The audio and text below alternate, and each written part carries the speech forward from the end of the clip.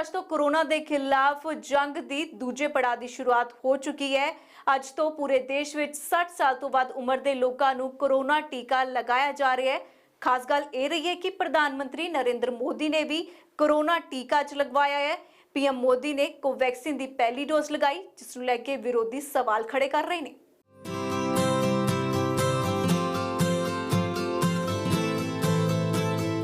बांह ते सूई ते चेहरे ते स्माइल, प्रधानमंत्री नरेंद्र मोदी की यह तस्वीर वायरल हो रही है।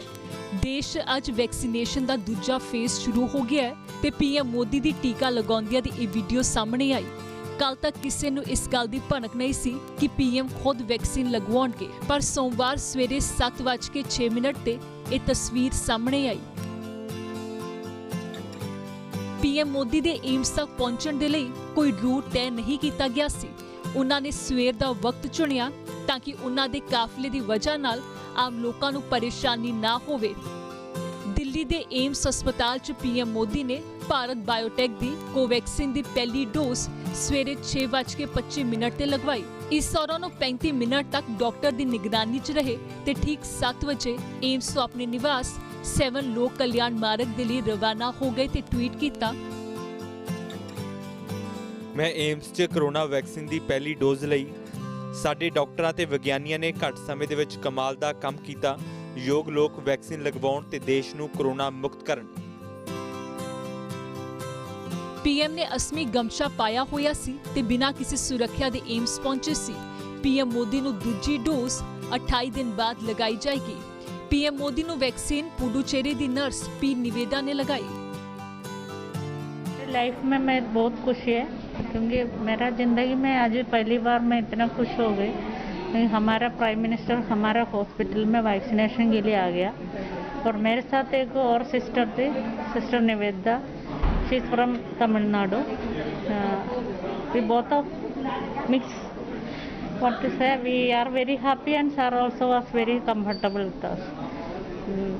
सर जब आया, सर ने पूछा आप कहाँ से हो? हाँ। मैंने बोला मैं केरला से हूँ, और डिस्ट्रिक्ट भी पूछा। हाँ। बता दिया। फिर सर खुद हाथ जोड़ के मलयालम में वणक्कम बोल दिया। अच्छा। और उसके बाद हम इंजेक्शन लगा दिया। उसके बाद फिर हाफ एन आवर ऑब्जर्वेशन के लिए सर को रखा। Sir was comfortable, and after that half an hour के बाद सर चले गया। जाने से पहले भी आके हाथ जोड़ के हमें वणक्कम और थैंक यू बोल। It was a wonderful opportunity to meet the PM of the nation today. I vaccinated sir in the morning. Bharat Biotech ka Covaxin. That's the first dose he has taken today. It was a wonderful experience. Actually, it's a lifetime opportunity. Actually, I feel honored that I had an opportunity to do this. Sir was vaccinated in the morning. The first dose. Second dose will be in 28 days. Otherwise, 30 minutes he was observed post the vaccination. Sir was happy. Sir was very jovial. ਹੁਣ ਤਾਂ ਕੁਝ health worker ਟੀਕਾ ਲਗਾਉਣ ਤੋਂ ਹਿਚਕ ਰਹੇ ਸਨ। ਵਿਰੋਧੀ ਵੀ ਸਵਾਲ ਚੁੱਕ ਰਹੇ ਸਨ ਕਿ ਆਖਿਰ ਪੀਐਮ ਟੀਕਾ ਕਿਉਂ ਨਹੀਂ ਲਗਵਾਉਂਦੇ, ਪਰ ਹੁਣ ਸਾਰੇ ਖਦਸ਼ੇ ਦੂਰ ਹੋ ਗਏ ਨੇ। ਇਹ ਕਹਿਣਾ ਹੈ ਬੀਜੇਪੀ ਦੇ ਲੀਡਰਾਂ ਦਾ, ਪਰ ਵਿਰੋਧੀਆਂ ਦੇ ਕੁਝ ਸਵਾਲ ਅਜੇ ਵੀ ਬਰਕਰਾਰ ਨੇ। हम हृदय से आभारी हैं देश के प्रधानमंत्री नरेंद्र मोदी जी के, जिन्होंने हमेशा हमें ये सिखाया है कि you have to lead by example. और स्वयं सबसे पहले जब 60 साल से ऊपर के लोगों के लिए वैक्सीनेशन देश में खोला गया है, तो सबसे पहले भारत के प्रधानमंत्री ने वैक्सीन लिया। स्वदेशी वैक्सीन ली, कोवैक्सीन, जिसके खिलाफ इतना ज़्यादा दुष्प्रचार किया गया, जो कि साइंटिफिकली एकदम से परफेक्ट थी। तो मैं ये समझता हूँ कि प्रधानमंत्री जी ने बड़ा स्पष्ट संदेश दे दिया है देश को। अब किसी भी किस्म की इससे संबंधित अफवाहों पर, मिस इन्फॉर्मेशन पर, दुष्प्रचार पर, और जो इससे जुड़ी हुई जो वैक्सीन हेजिटेंसी का इशू था, ये हमेशा के लिए इट शुड बी बरीड। देखो, इसमें मैं पॉलिटिक्स करना नहीं चाहता। अब मैं उदाहरण के तौर पर बोलूं तो मेरे घर में 2 लोग 1 महीने पहले ही लिए थे, जब शुरू हुआ पहले इसमें। तो जयदेवा हॉस्पिटल में जो मेरे बच्चे काम करते हैं, डॉक्टर्स हैं, उन्होंने पहले ही लिया था, फिर और दूसरा बच्चा भी लिया। तो वो कोई उसको बहुत बड़ा पॉलिटिक्स करने का या मैं तू करने का नहीं है। उसके लोग थोड़े लोगों का एक संशय था कि लेने के बाद क्या होगा, उसका परिणाम क्या होगा। तो अब ठीक है, देखेंगे। उन्होंने तो लिया है, अब दूसरे भी लेंगे। कोई इसमें आगे पीछे की बात नहीं है और उसको ज़्यादा बढ़ावा देने का या प्रचार करने की आवश्यकता नहीं है। भाई 70+ हूँ, अब मेरा तो ये उद्देश्य है भाई, मेरे बजाय आप मेरे से यंगस्टर्स को दो जो लॉन्गविटी ऑफ लाइफ रहती है उसकी। अब हमारी जो लाइफ है वो 10-15 साल की रहती है, तो आप लोगों को बचाने के लिए दे दो, मेरे को दे, मैं भी लेता हूँ। ਇਸ ਵਿਚਕਾਰ ਬੀਜੇਪੀ ਨੇ ਆਪਣੇ ਸਾਂਸਦਾਂ ਤੇ ਮੰਤਰੀਆਂ ਦੇ ਲਈ ਟੀਕਾਕਰਨ ਨਾਲ ਜੁੜਿਆ ਨਿਰਦੇਸ਼ ਜਾਰੀ ਕੀਤਾ ਹੈ। ਸੂਤਰਾਂ ਦੇ ਮੁਤਾਬਿਕ ਇਸ ਨਿਰਦੇਸ਼ ਦੇ ਮੁਤਾਬਕ ਬੀਜੇਪੀ ਨੇ ਆਪਣੇ ਐਮਪੀਜ਼ ਤੇ ਮੰਤਰੀਆਂ ਨੂੰ ਕਿਹਾ ਹੈ ਕਿ ਉਹ ਆਪਣੇ ਇਲਾਕੇ 'ਚ ਇਹ ਟੀਕਾ ਲਗਵਾਉਣ। ਇਸ ਨਾਲ ਜਨਤਾ 'ਚ ਵੈਕਸੀਨ ਦੇ ਪ੍ਰਤੀ ਵਿਸ਼ਵਾਸ ਵਧੇਗਾ ਤੇ ਨਾਲ ਹੀ ਕਿਹਾ ਹੈ ਫ੍ਰੀ ਵੈਕਸੀਨ ਨਾ ਲਗਵਾਉਣ। ਪ੍ਰਧਾਨ ਮੰਤਰੀ ਨਰਿੰਦਰ ਮੋਦੀ ਦੇ ਨਾਲ-ਨਾਲ ਉਪ ਰਾਸ਼ਟਰਪਤੀ ਵੈਂਕਈਆ ਨਾਇਡੂ ਨੇ ਚੇਨਈ ਦੇ ਸਰਕਾਰੀ ਮੈਡੀਕਲ ਕਾਲਜ 'ਚ ਕੋਰੋਨਾ ਵੈਕਸੀਨ ਦੀ ਪਹਿਲੀ ਡੋਜ਼ ਲਗਵਾਈ। ਵਿਦੇਸ਼ ਮੰਤਰੀ ਐਸ ਜੇ ਸ਼ੰਕਰ ਨੇ ਵੀ ਕੋਰੋਨਾ ਦਾ ਟੀਕਾ ਲਗਾਇਆ ਤੇ ਖੁਦ ਟਵੀਟ ਕਰ ਇਸ ਦੀ ਜਾਣਕਾਰੀ ਦਿੱਤੀ। ਰਾਜਸਥਾਨ ਦੇ ਰਾਜਪਾਲ ਕਲਰਾਜ ਮਿਸ਼ਰਾ ਨੇ ਵੀ ਜੈਪੁਰ 'ਚ ਕੋਰੋਨਾ ਵਾਇਰਸ ਵੈਕਸੀਨ ਦੀ ਪਹਿਲੀ ਡੋਜ਼ ਲਈ। ਨੈਸ਼ਨਲਿਸਟ ਕਾਂਗਰਸ ਪਾਰਟੀ ਦੇ ਪ੍ਰਧਾਨ ਸ਼ਰਦ ਪਵਾਰ ਨੇ ਵੀ ਕੋਰੋਨਾ ਦਾ ਟੀਕਾ ਲਗਵਾਇਆ। ਕੇਂਦਰੀ ਮੰਤਰੀ ਜਿਤੇਂਦਰ ਸਿੰਘ ਨੇ ਵੀ ਏਮਸ 'ਚ ਕੋਰੋਨਾ ਦਾ ਟੀਕਾ ਲਗਵਾਇਆ। ਓਡੀਸ਼ਾ ਦੇ ਮੁੱਖ ਮੰਤਰੀ ਨਵੀਨ ਪਟਨਾਇਕ ਨੇ ਵੀ ਸੋਮਵਾਰ ਨੂੰ ਕੋਰੋਨਾ ਵੈਕਸੀਨ ਦੀ ਪਹਿਲੀ ਡੋਜ਼ ਲਗਵਾਈ। ਦੂਜੇ ਪੜਾਅ 'ਚ ਬਿਹਾਰ ਦੇ ਮੁਖੀਆ ਨਿਤੀਸ਼ ਕੁਮਾਰ ਨੇ ਵੀ ਕੋਰੋਨਾ ਵੈਕਸੀਨ ਲਗਵਾਈ ਹੈ। ਨਿਤੀਸ਼ ਨੇ ਪਟਨਾ ਦੇ IGIMS 'ਚ ਵੈਕਸੀਨ ਦੀ ਪਹਿਲੀ ਡੋਜ਼ ਲਈ। ਅੱਜ ਮੁੱਖ ਮੰਤਰੀ ਦਾ 70ਵਾਂ ਜਨਮ ਦਿਨ ਵੀ ਹੈ।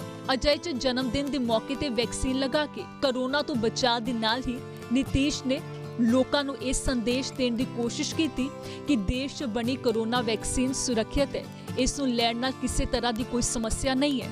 ਇਸ ਦੇ ਨਾਲ ਨਿਤੀਸ਼ ਕੁਮਾਰ ਨੇ ਵੱਡਾ ਐਲਾਨ ਇਹ ਵੀ ਕੀਤਾ ਕਿ ਪੂਰੇ ਬਿਹਾਰ 'ਚ ਕੋਰੋਨਾ ਦੀ ਵੈਕਸੀਨ ਬਿਲਕੁਲ ਮੁਫਤ ਲਗਾਈ ਜਾਏਗੀ। ਇਹ ਸੁਵਿਧਾ ਸਰਕਾਰੀ ਤੇ ਪ੍ਰਾਈਵੇਟ ਦੋਵਾਂ ਥਾਵਾਂ ਤੇ ਮੁਹੱਈਆ ਕਰਵਾਈ ਜਾਏਗੀ।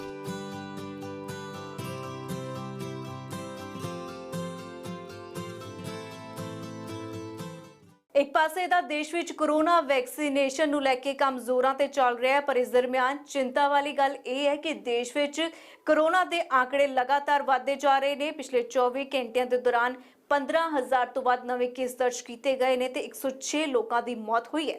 ਫਿਲਹਾਲ ਰੁਕਦੇ ਹਾਂ ਛੋਟੇ ਜਿਹੇ ਬ੍ਰੇਕ ਦੇ ਲਈ। ਬ੍ਰੇਕ ਦੇ ਉਸ ਪਾਰ ਟੀਕਾਕਰਨ ਤੋਂ ਜੁੜੇ ਹਰ ਸਵਾਲ ਦਾ ਦੇਵਾਂਗੇ ਜਵਾਬ।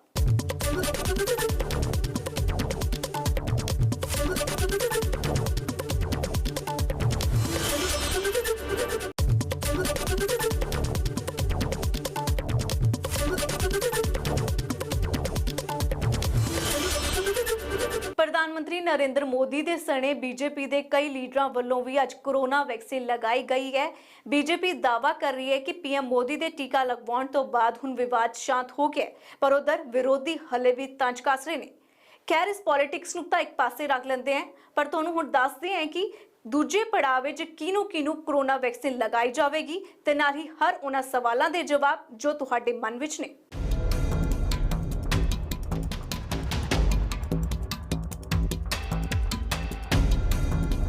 ਭਾਰਤ 'ਚ ਕੋਰੋਨਾ ਦੇ ਦੁਬਾਰਾ ਵੱਧਦੇ ਖਤਰੇ ਦੇ ਵਿਚਕਾਰ ਅੱਜ ਤੋਂ ਟੀਕਾਕਰਨ ਦਾ ਦੂਜਾ ਅਭਿਆਨ ਸ਼ੁਰੂ ਹੋ ਗਿਆ ਹੈ। ਅੱਜ ਤੋਂ 60 ਸਾਲ ਤੋਂ ਜ਼ਿਆਦਾ ਉਮਰ ਦੇ ਲੋਕਾਂ ਨੂੰ ਟੀਕਾ ਲੱਗਣਾ ਸ਼ੁਰੂ ਹੋ ਗਿਆ ਹੈ। ਇਸ ਦੇ ਨਾਲ 45 ਸਾਲ ਤੋਂ ਜ਼ਿਆਦਾ ਉਮਰ ਦੇ ਗੰਭੀਰ ਬਿਮਾਰੀ ਨਾਲ ਪੀੜਤ ਲੋਕਾਂ ਨੂੰ ਵੈਕਸੀਨ ਲੱਗੇਗੀ। ਜਾਣਕਾਰੀ ਮੁਤਾਬਕ ਭਾਰਤ 'ਚ 60 ਸਾਲ ਤੋਂ ਉੱਪਰ ਤੇ ਕਿਸੇ ਬਿਮਾਰੀ ਨਾਲ ਪੀੜਤ 50 ਸਾਲ ਤੋਂ ਉੱਪਰ ਉਮਰ ਦੇ ਲੋਕਾਂ ਦੀ ਕੁੱਲ ਗਿਣਤੀ ਤਕਰੀਬਨ 27 ਕਰੋੜ ਹੈ। ਟੀਕਾਕਰਨ ਨੂੰ ਲੈ ਕੇ ਤੁਹਾਡੇ ਮਨ ਦੇ ਵਿੱਚ ਕਈ ਸਵਾਲ ਆ ਰਹੇ ਹੋਣਗੇ, ਜਿਸ ਦੇ ਜਵਾਬ ਅਸੀਂ ਸਿਹਤ ਮਾਹਿਰਾਂ ਤੋਂ ਲਏ ਨੇ। ਪਹਿਲਾ ਸਵਾਲ, ਦੂਜੇ ਪੜਾਅ 'ਚ ਕਿਸ ਨੂੰ ਟੀਕਾ लगेगा? जो 45 साल से लेकर 59 ईयर्स तक के लोग हैं जिनको कोई भी कोमॉर्बिडिटी जैसे कि डायबिटीज़ है, हाइपरटेंशन है, कैंसर है, जहाँ 19 हमने डिसीज़ लिस्ट की हैं, उनमें से कोई भी है तो वो अपने साथ जो मेडिकल सर्टिफिकेट ला कर के ये मैं इस बीमारी से पीड़ित हूँ उसको वैक्सीन लगेगी। और इसी तरह जो 60 ईयर से ऊपर हैं, सीनियर सिटीजन हैं, उनके लिए कोई मेडिकल सर्टिफिकेट की ज़रूरत है। वो irrespective of the age, all above 60 years they will be vaccinated. सवाल दूजा, वैक्सीन दी दूजी डोज कदों मिलेगी? वो 28 जो डेज़ का था टाइम, वो 28 डेज़ के बाद लगवानी होती है, and up to 42 days they can get vaccinated. कुछ लोगों में ये था कि हमारी मिस होगी, अब क्या करें, एंड वो हमने सभी लोगों को मैसेज दिया है, एंड थ्रू मीडिया भी हमने बोला कि अप टू 42 डेज़ आप लगवा सकते हो। सवाल तीजा, बजुर्गां नूं ही सब तो पहला टीका क्यों लगाया जा रहा है? ਜਾਣਕਾਰਾਂ ਦੇ ਮੁਤਾਬਿਕ ਕਿਉਂਕਿ ਕੋਰੋਨਾ ਦਾ ਸਭ ਤੋਂ ਵੱਧ ਅਸਰ 50 ਸਾਲ ਤੋਂ ਵੱਧ ਉਮਰ ਦੇ ਲੋਕਾਂ ਤੇ ਹੀ ਵੇਖਣ ਨੂੰ ਮਿਲਿਆ ਹੈ। ਸਿਹਤ ਮੰਤਰਾਲੇ ਦੇ ਦਸੰਬਰ 2020 ਤੱਕ ਦੇ ਆંકੜੇ ਦੱਸਦੇ ਨੇ ਕਿ ਕੋਰੋਨਾ ਨਾਲ ਮੌਤ ਦਰ 'ਚ 55% ਮੌਤਾਂ ਉਹਨਾਂ ਲੋਕਾਂ ਦੀਆਂ ਹੋਈਆਂ ਨੇ ਜਿਨ੍ਹਾਂ ਦੀ ਉਮਰ 60 ਸਾਲ ਤੋਂ ਵੱਧ ਸੀ। ਸਵਾਲ ਚੌਥਾ, ਜਿਨ੍ਹਾਂ ਬਜ਼ੁਰਗਾਂ ਨੂੰ ਕੋਰੋਨਾ ਹੋ ਚੁੱਕਾ ਹੈ ਕਿ ਉਹਨਾਂ ਲਈ ਵੀ ਟੀਕਾ ਜ਼ਰੂਰੀ ਹੈ? ਜਵਾਬ ਹੈ ਜ਼ਰੂਰੀ ਹੈ, ਕਿਉਂਕਿ ਡਾਕਟਰਾਂ ਦਾ ਮੰਨਣਾ ਹੈ ਕਿ ਉਹਨਾਂ ਬਜ਼ੁਰਗਾਂ ਨੂੰ ਵੀ ਕੋਰੋਨਾ ਵੈਕਸੀਨ ਲਗਾਉਣੀ ਚਾਹੀਦੀ ਹੈ ਜੋ ਪਹਿਲਾਂ ਵਾਇਰਸ ਤੋਂ ਪੀੜਤ ਹੋ ਚੁੱਕੇ ਨੇ। ਵਰਲਡ ਹੈਲਥ ਆਰਗੇਨਾਈਜੇਸ਼ਨ ਦਾ ਮੰਨਣਾ ਹੈ ਕਿ ਕੋਰੋਨਾ ਤੋਂ ਬਾਅਦ ਸਰੀਰ 'ਚ ਬਣਨ ਵਾਲੀ ਐਂਟੀਬਾਡੀਜ਼ ਅਸਥਾਈ ਸੁਰੱਖਿਆ ਦਿੰਦੀ ਹੈ। ਅਜਿਹੇ 'ਚ ਦੁਬਾਰਾ ਕੋਰੋਨਾ ਪੀੜਤ ਹੋਣ ਦਾ ਖਤਰਾ ਰਹਿੰਦਾ ਹੈ।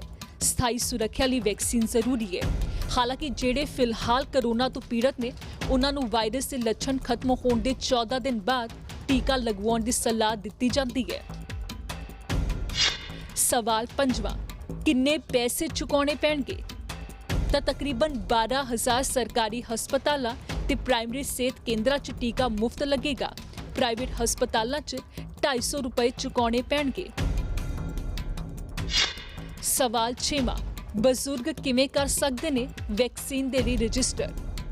रजिस्ट्रेशन के लिए हमने वॉक इन भी रखा हुआ, और साथ में जो कोविन पोर्टल है हमारा और आरोग्य सेतु जो ऐप है, उन पर कोई भी बंदा रजिस्टर करा के वो वहाँ उनको नज़र आएगा कि कौन कौन से हॉस्पिटल्स में ये वैक्सीनेशन हो रही है, और वो उस पर अपना खुद का टाइम और डेट डालकर वो स्लॉट ले सकते। ਵੈਕਸੀਨ ਲਗਾਉਣ ਦੇ ਲਈ ਲੋਕਾਂ ਨੂੰ ਸਭ ਤੋਂ ਪਹਿਲਾਂ ਕੋਵਿਨ ਪੋਰਟਲ ਤੇ ਆਪਣਾ ਰਜਿਸਟ੍ਰੇਸ਼ਨ ਕਰਵਾਉਣਾ ਹੋਵੇਗਾ। ਇੱਕ ਵਾਰ ਜਦੋਂ ਰਜਿਸਟ੍ਰੇਸ਼ਨ ਹੋ ਜਾਏਗਾ ਤਾਂ ਵਿਅਕਤੀ ਦੇ ਮੋਬਾਈਲ ਤੇ SMS ਜ਼ਰੀਏ ਇਸ ਦੀ ਸੂਚਨਾ ਦਿੱਤੀ ਜਾਏਗੀ।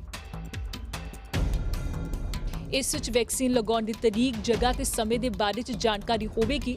ਰਿਪੋਰਟਸ ਦੇ ਮੁਤਾਬਿਕ ਆਨਲਾਈਨ ਰਜਿਸਟ੍ਰੇਸ਼ਨ ਤੋਂ ਇਲਾਵਾ ਲੋਕਾਂ ਨੂੰ ਵਾਕ ਇਨ ਰਜਿਸਟ੍ਰੇਸ਼ਨ ਦੀ ਸੁਵਿਧਾ ਵੀ ਦਿੱਤੀ ਜਾਏਗੀ। ਯਾਨੀ ਉਹ ਲੋਕ ਜੋ ਮੋਬਾਈਲ ਫੋਨ ਫ੍ਰੈਂਡਲੀ ਨਹੀਂ ਹਨ ਜਾਂ ਫਿਰ ਆਨਲਾਈਨ ਰਜਿਸਟ੍ਰੇਸ਼ਨ ਨਹੀਂ ਕਰਵਾ ਰਹੇ, ਉਹ ਲੋਕ ਸਿੱਧੇ ਹਸਪਤਾਲ ਜਾ ਕੇ ਵੀ ਵੈਕਸੀਨ ਲਗਵਾ ਸਕਦੇ ਨੇ। ਹਾਲਾਂਕਿ ਦੱਸਿਆ ਜਾ ਰਿਹਾ ਕਿ ਪਹਿਲ ਆਨਲਾਈਨ ਜਾਂ ਐਪ ਦੇ ਜ਼ਰੀਏ ਰਜਿਸਟ੍ਰੇਸ਼ਨ ਕਰਵਾਉਣ ਵਾਲਿਆਂ ਨੂੰ ਹੀ ਦਿੱਤੀ ਜਾਏਗੀ। ਭਾਰਤ 'ਚ 6 ਜਨਵਰੀ ਤੋਂ ਵੈਕਸੀਨ ਅਭਿਆਨ ਦਾ ਪਹਿਲਾ ਪੜਾਅ ਸ਼ੁਰੂ ਹੋਇਆ ਸੀ। ਇਸ 'ਚ ਹੁਣ ਤੱਕ ਤਕਰੀਬਨ 1 ਕਰੋੜ 50 ਲੱਖ ਲੋਕਾਂ ਨੂੰ ਵੈਕਸੀਨ ਦਿੱਤੀ ਜਾ ਚੁੱਕੀ ਹੈ। ਪਹਿਲੇ ਪੜਾਅ 'ਚ ਸਿਰਫ 2000 ਨਿੱਜੀ ਕੇਂਦਰ ਸ਼ਾਮਲ ਸਨ, ਪਰ ਦੂਜੇ ਪੜਾਅ 'ਚ ਨਿੱਜੀ ਕੇਂਦਰਾਂ ਦੀ ਭੂਮਿਕਾ ਵਧੇਗੀ। ਸਰਕਾਰੀ ਸੂਤਰਾਂ ਦੇ ਮੁਤਾਬਿਕ ਭਾਰਤ ਦੇ 12000 ਨਿੱਜੀ ਹਸਪਤਾਲ ਆਯੁਸ਼ਮਾਨ ਭਾਰਤ ਨਾਲ ਜੁੜੇ ਹੋਏ ਨੇ।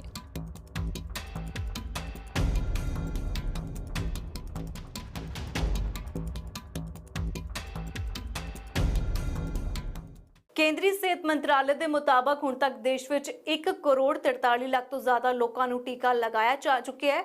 ਫਿਲਹਾਲ ਰੁਕਦੇ ਇੱਕ ਹੋਰ ਛੋਟੇ ਜਿਹੇ ਬ੍ਰੇਕ ਦੇ ਲਈ। ਬ੍ਰੇਕ ਦੇ ਉਸ ਪਾਰ ਕੋਰੋਨਾ ਦਾ ਖਤਰਾ ਹਲੇ ਟਲਿਆ ਨਹੀਂ ਹੈ।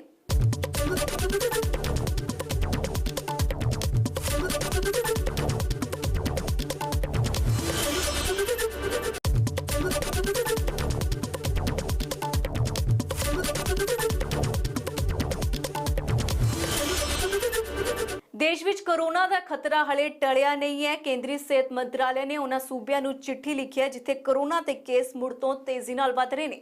ਪੰਜਾਬ, ਜੰਮੂ ਕਸ਼ਮੀਰ, ਮਹਾਰਾਸ਼ਟਰ, ਮੱਧ ਪ੍ਰਦੇਸ਼ ਤੇ ਛੱਤੀਸਗੜ੍ਹ ਨੂੰ ਕੇਂਦਰ ਸਰਕਾਰ ਨੇ ਸਲਾਹ ਦਿੱਤੀ ਹੈ ਕਿ ਜਿੱਥੇ ਮਾਮਲੇ ਤੇਜ਼ੀ ਨਾਲ ਵਧ ਰਹੇ ਨੇ ਉੱਥੇ ਹੈਲਥ ਵਰਕਰਾਂ ਅਤੇ ਫਰੰਟਲਾਈਨ ਵਰਕਰਾਂ ਨੂੰ ਤੇਜ਼ੀ ਦੇ ਨਾਲ ਵੈਕਸੀਨੇਸ਼ਨ ਦਿੱਤੀ ਜਾਵੇ ਕਿਉਂਕਿ ਉਹਨਾਂ ਦਾ ਪੀੜਤ ਹੋਣ ਦਾ ਖਤਰਾ ਸਭ ਤੋਂ ਜ਼ਿਆਦਾ ਹੈ। ਫਿਲਹਾਲ ਤੁਹਾਨੂੰ ਦੱਸਦੇ ਹਾਂ ਪੰਜਾਬ ਦੀ ਮੌਜੂਦਾ ਸਥਿਤੀ।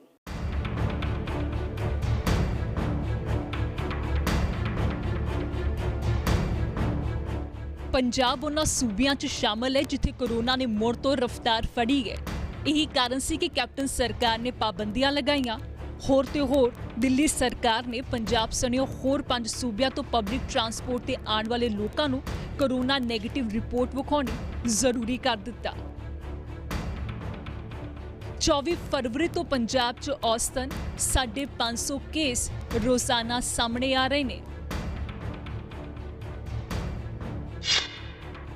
24 ਫਰਵਰੀ ਨੂੰ 566 ਕੇਸ ਸਾਹਮਣੇ ਆਏ, 8 ਮੌਤਾਂ ਹੋਈਆਂ। 25 ਫਰਵਰੀ ਨੂੰ ਵੀ 566 ਕੇਸ, 13 ਮੌਤਾਂ।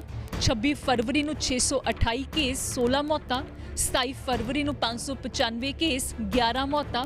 28 ਫਰਵਰੀ ਨੂੰ 582 ਕੇਸ, 7 ਮੌਤਾਂ। ਇਸ ਕਹਿਰ ਤੋਂ ਬਚਣ ਦੇ ਲਈ ਕੋਰੋਨਾ ਟੀਕਾਕਰਨ ਵੀ ਜਾਰੀ ਹੈ। 28 ਫਰਵਰੀ ਤੱਕ ਦੇ ਆંકੜਿਆਂ ਮੁਤਾਬਕ ਪੰਜਾਬ 'ਚ ਟੀਕੇ ਦੀ ਪਹਿਲੀ ਡੋਜ਼ ਲੈਣ ਵਾਲੇ ਕੁੱਲ ਸਿਹਤ ਮੁਲਾਜ਼ਮ 88,499 ਨੇ। ਟੀਕੇ ਦੀ ਪਹਿਲੀ ਡੋਜ਼ ਲੈਣ ਵਾਲੇ ਫਰੰਟਲਾਈਨ ਵਰਕਰ 65,567 ਨੇ। ਟੀਕੇ ਦੀ ਦੂਜੀ ਡੋਜ਼ ਲੈਣ ਵਾਲੇ ਕੁੱਲ ਸਿਹਤ ਮੁਲਾਜ਼ਮ 36,252 ਨੇ। ਹਾਲਾਂਕਿ ਕਈ ਥਾਵਾਂ ਤੋਂ ਐਸੀਆਂ ਵੀ ਰਿਪੋਰਟਸ ਆਈਆਂ ਕਿ ਲੋਕਾਂ ਦੇ ਮਨ 'ਚ ਇੱਕ ਡਰ ਝਿਜਕ ਹੈ ਕੋਰੋਨਾ ਵੈਕਸੀਨੇਸ਼ਨ ਨੂੰ ਲੈ ਕੇ। ਜਿਨ੍ਹਾਂ ਸੂਬਿਆਂ 'ਚ ਹੈਲਥ ਕੇਅਰ ਵਰਕਰਾਂ ਦਾ ਸਭ ਤੋਂ ਘੱਟ ਵੈਕਸੀਨੇਸ਼ਨ ਹੋਇਆ, ਉਸ 'ਚ ਪੰਜਾਬ ਵੀ ਸ਼ਾਮਲ ਹੈ। ਕੋਰੋਨਾ ਵੈਕਸੀਨ ਤਾਂ ਹੀ ਅਸਰਦਾਰ ਹੁੰਦੀ ਹੈ ਜੇ ਦੋਵੇਂ ਡੋਜ਼ ਲਏ ਜਾਣ, ਪਰ ਕਈ ਐਸੇ ਨੇ ਜਿਨ੍ਹਾਂ ਨੇ ਅਜੇ ਦੂਜਾ ਟੀਕਾ ਨਹੀਂ ਲਗਵਾਇਆ। ਇਹ ਸਵਾਲ ਅੰਮ੍ਰਿਤਸਰ ਦੇ ਸਿਵਲ ਸਰਜਨ ਨੂੰ ਪੁੱਛਿਆ ਗਿਆ। अभी को बार बार मैसेज आ रहा है तो अप टू 3 हम 3 बार उनको मैसेज करते हैं और उसके बाद भी कोई नहीं लगवाता तो हमारे जो फील्ड में ऑफिसर्स हैं, वर्कर हैं, वो भी उनसे संपर्क करते हैं कि आप लगवाइए वैक्सीन को कोरोना, क्योंकि देखिए दोबारा भी कुछ केसेस बढ़ रहे हैं तो इट इज़ मोर इम्पॉर्टेंट कि वैक्सीन लगवानी चाहिए। सर वैसे कितने के लोग होंगे जिन्होंने नहीं लगवाई, इस तरह का कोई डाटा है? पहले फेज में आपका टारगेट कितना था कि कितनी की लगानी है, और जिन्होंने 28 दिन के बाद नहीं लगाई, 42 दिन भी हुई गए? नहीं, मैंने बोला कि अराउंड 44% तो हमारे जो है वो लगवा चुके हैं, एंड जिन्होंने नहीं लगवाई उनसे भी लगातार हमारे जो ऑफिसर्स हैं फील्ड के और जो हमारे एम्प्लॉइज़ हैं वो सारे संपर्क में हैं ताकि सबको वैक्सीनेशन हो सके। सर जिनकी वो उनको 56 में ही गिना गया है जिन्होंने पहली लगवाई और दूसरी नहीं लगवाई? नहीं, दूसरी वाली अलग है, वो दूसरी रोज़ वही लगवा रहे हैं जिनके पहले लगी थी, और बाकी हमने बिल्कुल ओपन किया हुआ, क्योंकि अभी देखो गवर्नमेंट ने बिल्कुल फ्री किया, गवर्नमेंट सेक्टर पे ये वैक्सीनेशन बिल्कुल फ्री है। तो मेरी फिर अपील है सभी जो वर्कर्स जो रह गए हैं जो नहीं लगवा सके कि वो वैक्सीनेशन लगवाइए और अपने आप को सुरक्षित करें। आपके डिपार्टमेंट की सर स्टेट गवर्नमेंट की तरफ से उनके खिलाफ कोई इस तरह की कोई कार्रवाई, या अगर नहीं लगवाते तो कोई के नहीं कि ये अपनी मर्जी से ही लगवा सकते हैं दूसरी? अगर नहीं, बिल्कुल ये देखिए वैक्सीनेशन है, ये वॉलंटरी है, फ्री ऑफ कॉस्ट है। आई थिंक ये सभी को लगवानी चाहिए, और वो लोग हमें जो यूनियन थी वो मिली है, उनके जो कि उनके मन में कोई शिकायत थी वो हमने दूर कर दिया, और मुझे उम्मीद है कि वो सारे जो हमारे लोग रह गए हैं वो खुद की वैक्सीनेशन। ਲੌਕਡਾਊਨ ਤੇ ਸਾਵਧਾਨੀਆਂ ਨਾਲ ਕੋਰੋਨਾ ਮਹਾਮਾਰੀ ਤੇ ਜੋ ਨੱਥ ਪਾਈ ਸੀ ਉਹ ਹੁਣ ਮੁੜ ਤੋਂ ਢਿੱਲੀ ਛੁੱਟ ਗਈ ਹੈ। ਸਰਕਾਰ ਨੇ ਵੀ ਨਵੀਆਂ ਪਾਬੰਦੀਆਂ ਆਇਤ ਕੀਤੀਆਂ ਨੇ, ਪਰ ਜ਼ਮੀਨੀ ਪੱਧਰ ਤੇ ਅਜੇ ਵੀ ਕੋਰੋਨਾ ਬਾਬਤ ਸੰਜੀਦਗੀ ਘੱਟ ਹੀ ਵਿਖਾਈ ਦੇ ਰਹੀ ਹੈ। ਇਸ ਦਾ ਨਤੀਜਾ ਹੈ ਕਿ ਕੋਰੋਨਾ ਤੇਜ਼ੀ ਨਾਲ ਮੁੜ ਤੋਂ ਪੈਰ ਪਸਾਰਨ ਲੱਗਾ ਹੈ। ਕੋਰੋਨਾ ਦਾ ਟੀਕਾ ਲਗਵਾਉਣਾ ਤਾਂ ਜ਼ਰੂਰੀ ਹੈ, ਇਸ ਦੇ ਨਾਲ-ਨਾਲ ਸਾਵਧਾਨੀ ਵੀ ਜ਼ਰੂਰੀ ਹੈ।